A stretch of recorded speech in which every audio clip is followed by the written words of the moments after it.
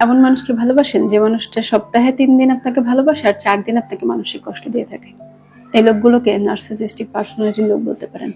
Narcissistic লোকজনের বৈশিষ্ট্য হচ্ছে ভয়ঙ্কর রকমের চার্মিং টাইপের হয় এরা। গুছিয়ে কথা বলে, সে আপনাকে তার কথাই মোহিত করতে পারবে। স্মার্ট এবং আপনার কথা বুঝতে সক্ষম।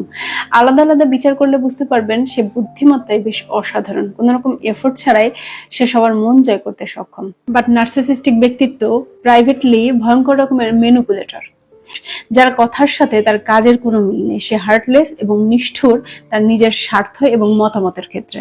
সে ভেতরে ভেতরে রিগ্রেটহীন ভয়ঙ্কর মনস্টার টাইপের। বড় বড় মনোবিদদের মতে একজন নার্সিসিস্টিককে যদি আপনি অ্যানালাইসিস করতে যান, প্রথমে দেখবেন তার ডুয়েল পার্সোনালিটি। একেবারে কোনো ফেমাস লেখকের তৈরি করা চরিত্রের মতো তারা দুইটা জীবন উপভোগ করে।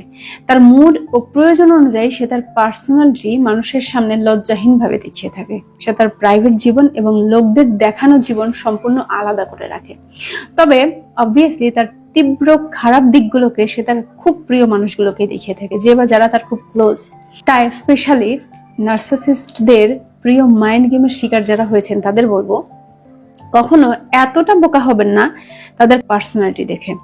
যখন তার ক্লোজ হবেন, তার কথা কিংবা তার ইচ্ছার বিরুদ্ধে দাঁড়াবেন, তখনই বুঝতে পারবেন তার আসল রূপটা কি। সে আপনাকে প্রয়োজন মতো ব্যবহার করবে, আপনার ইচ্ছায় কিছুই হবে না। মনোবিদদের মতে নার্সিসিস্টরা নিজের প্রতি খুব বেশি অবসেস থাকে।